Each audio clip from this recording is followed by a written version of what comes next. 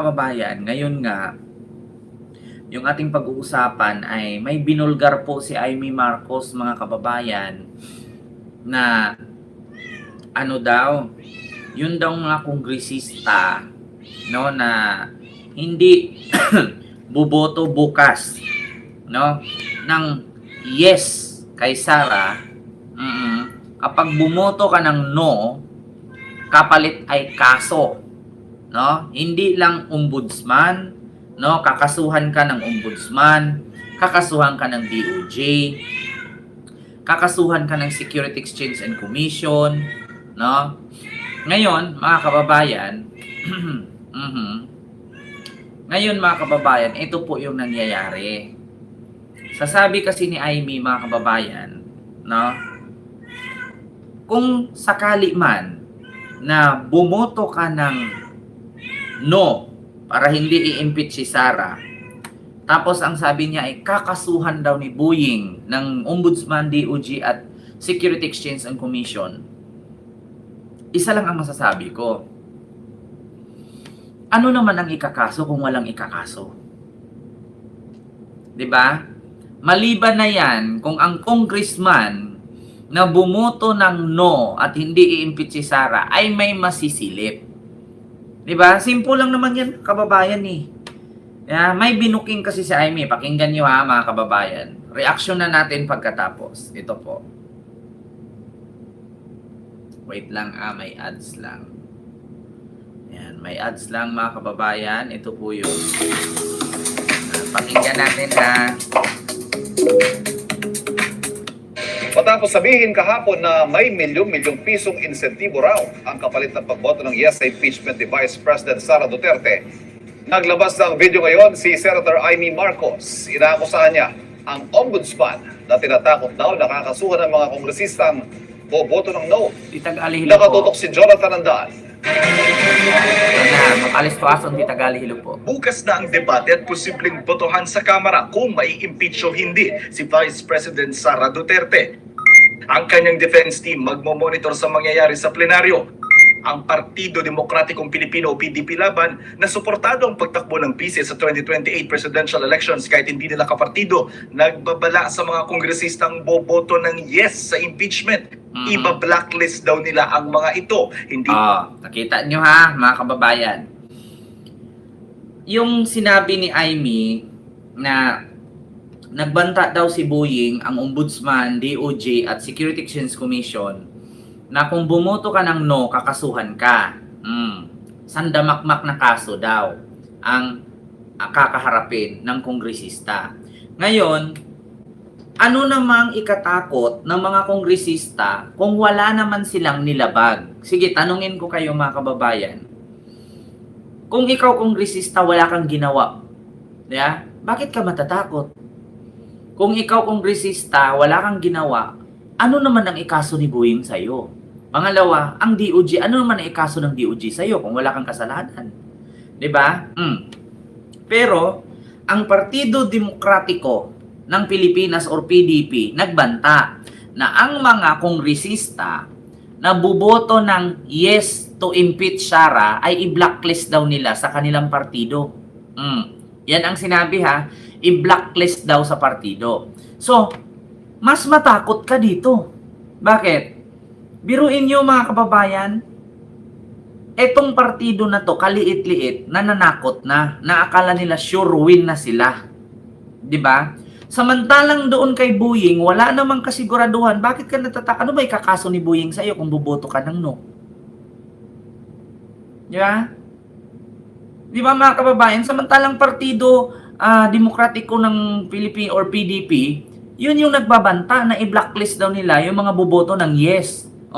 Pero si Amy, iba naman ang kwento ni Amy. Pakinggan nyo. papayagang tumawid sa kanilang partido. Walang maasahang political refuge o pagkakanlong sa kanila.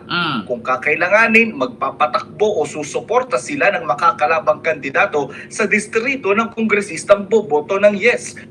Diba? Tignan nyo mga kababayan. Halimbawa ako, kongresista ako sa lugar namin, Davao del Norte. Ngayon, hahanap daw itong itong yung PDP ng ikakalaban sa akin. Ang tanong, ginawa na ni Sara Duterte yan. Ginawa na ni Sara Duterte yan, mga kababayan. Ano bang ginawa niya kay Bini Abante? Di ba may sinuportahan siya kongresista doon, kaya nagmumura niya si Bini Abante sa taas ng stage. Ending, di nanalo. Anong ginawa ni Sara Duterte doon sa Batangas kay Jinky Luistro? Di ba? Siniraan niya si Jinky Luistro. Hindi nanalo. Di ba?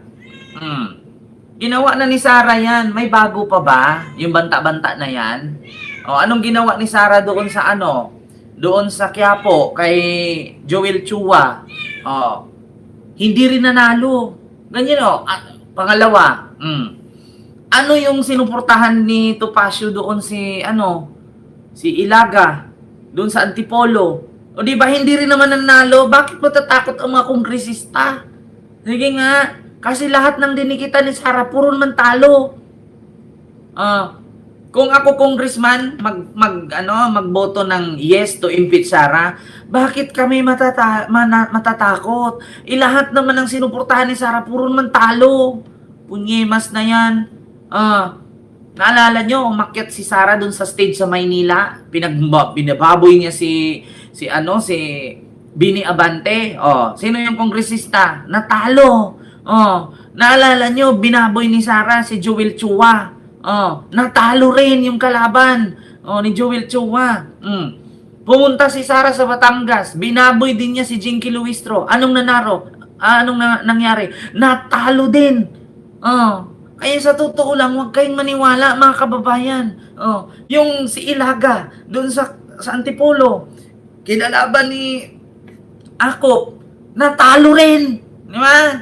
Putragis. Itong PDP na nanakot, kaya akala nyo, yung Duterte nga noong 2025 midterm election, di nga nanalo yung 7, 3 nga lang nakarga. Utot, akala nitong PDP, kung makapag-blacklist kayo, akala nyo, kalalakas nyo Lahat naman ng dinikitan nyo, di naman nanalo. Lahat naman ng mga politikong pinili nyo, puro mampulpul. Hindi nga umabot ng boto ng 2 milyon, 3 milyon, ng bagsakan nga. Diba? Tapos ang lakas ng loob ninyong mag-blacklist. Utot ninyo bago kayo mag-blacklist, yung kaya nyong panalunin lahat ng politiko ninyo. Putang ina, noong 2025 midterm election, yung Duterte na sinisigaw niyo, Duterte. 3 lang napasok, si Bato, si Bongo at si Marcoleta. Putang ina, yung 7 nga. Lakas ng amats nyo Uminom ba kayo ng tuba na may halong tubig? Kapal ng pagmumukha itong mga hayop na to. PDP laban, hindi yan banta, kundi political accountability. Ang kapatid ng bise na si Davao City Mayor Baste Duterte, ang pangulo ngayon ng PDP laban.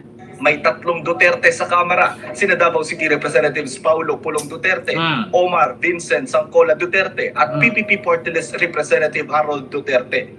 Yung 3 ba niyan, anong nagawa sa Kamara? Tanong ko lang. Yung 3 bang yan, ano bang nagawa? Hindi nga ata pumapasok yan.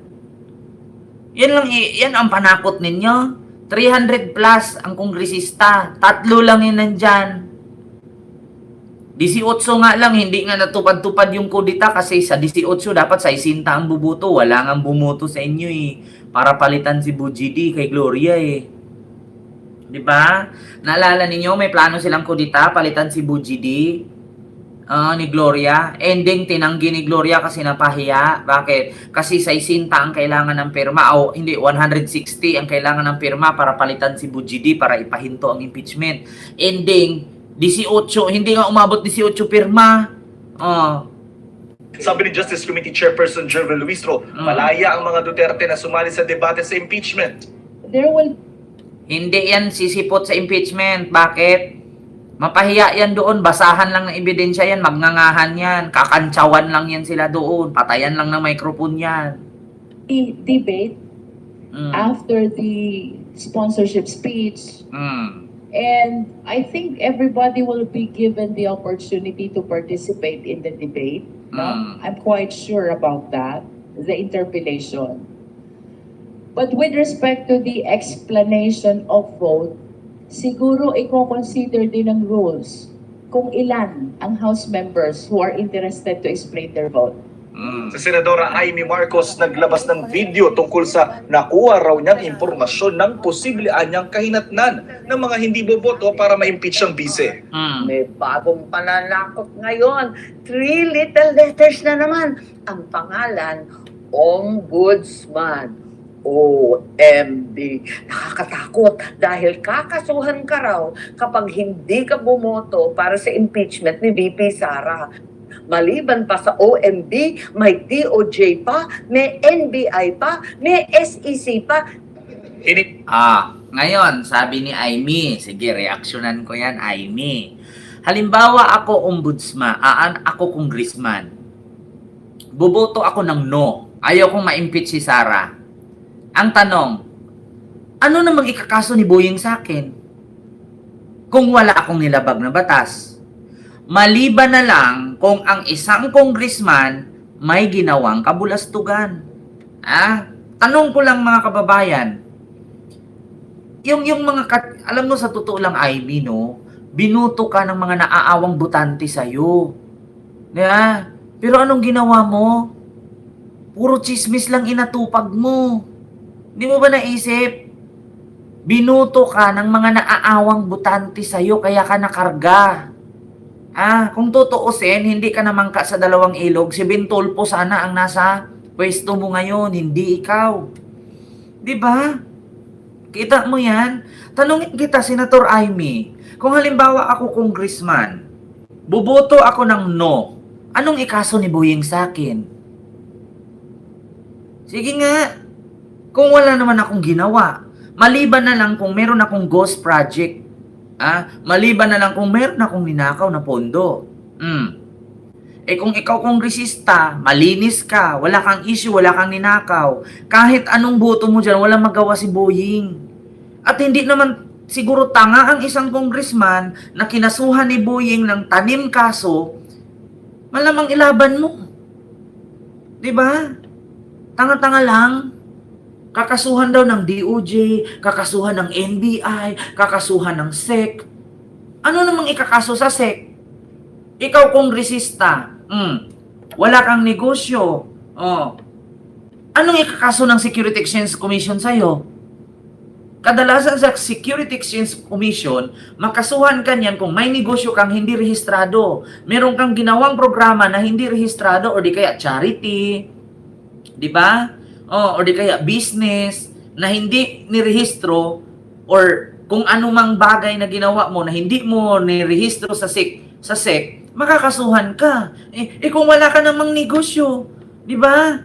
Kung wala ka namang ginawang charity event or program, bakit ka kakasuhan ng SEC? Pangalawa, bakit ka dadamputin ng NBI? Bakit ka kakasuhan ng NBI? Bakit?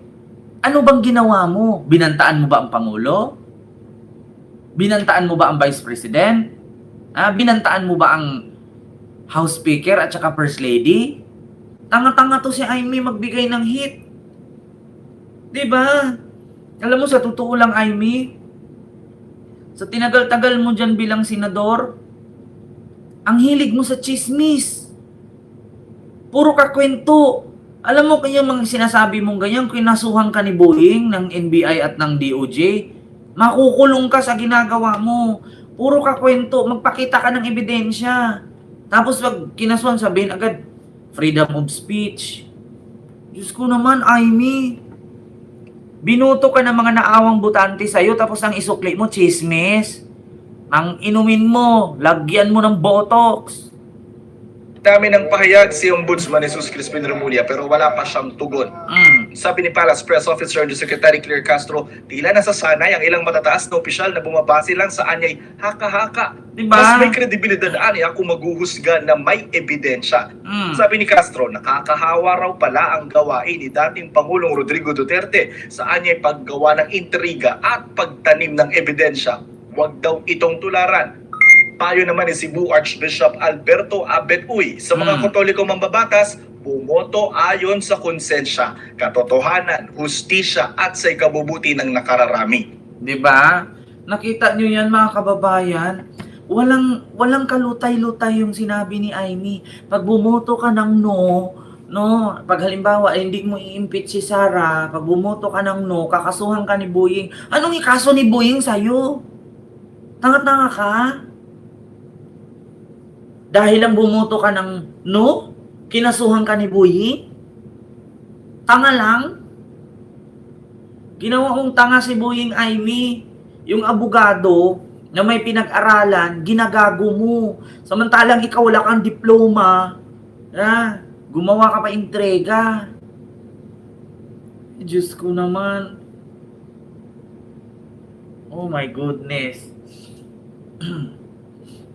Ay nako, Aimee, itulog mo yan. Kung ano, may pa-video-video pa.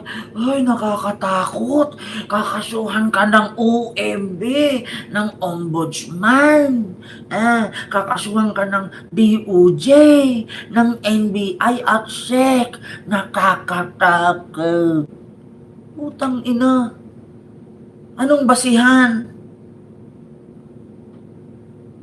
Bakit yung mga kongresista ba nagnakaw ng niyog? Yun bang mga kongresista namutol ng puno na walang permit? Yun bang mga kongresista na nagboto ng no para hindi ma-impeach si Sara? Meron ba silang flood control project? Tang inumin yan. Maniwala lang ako na ang mga kongresista makasuhan ni Boying kung hindi nila i-declare yung kanilang salin. Diyos ko naman. Aimee, tigil mo yan. May napanood pa nga akong vlog mo, nag-interview ka sa mga scandal doon sa mga bold star. Diyos ko naman, kung hindi tumanda, kakahiya. Yung in-interview niya si Nico. Yung Nico na, yung Italian. Ay, Diyos ko. Diyos mio, Marimar.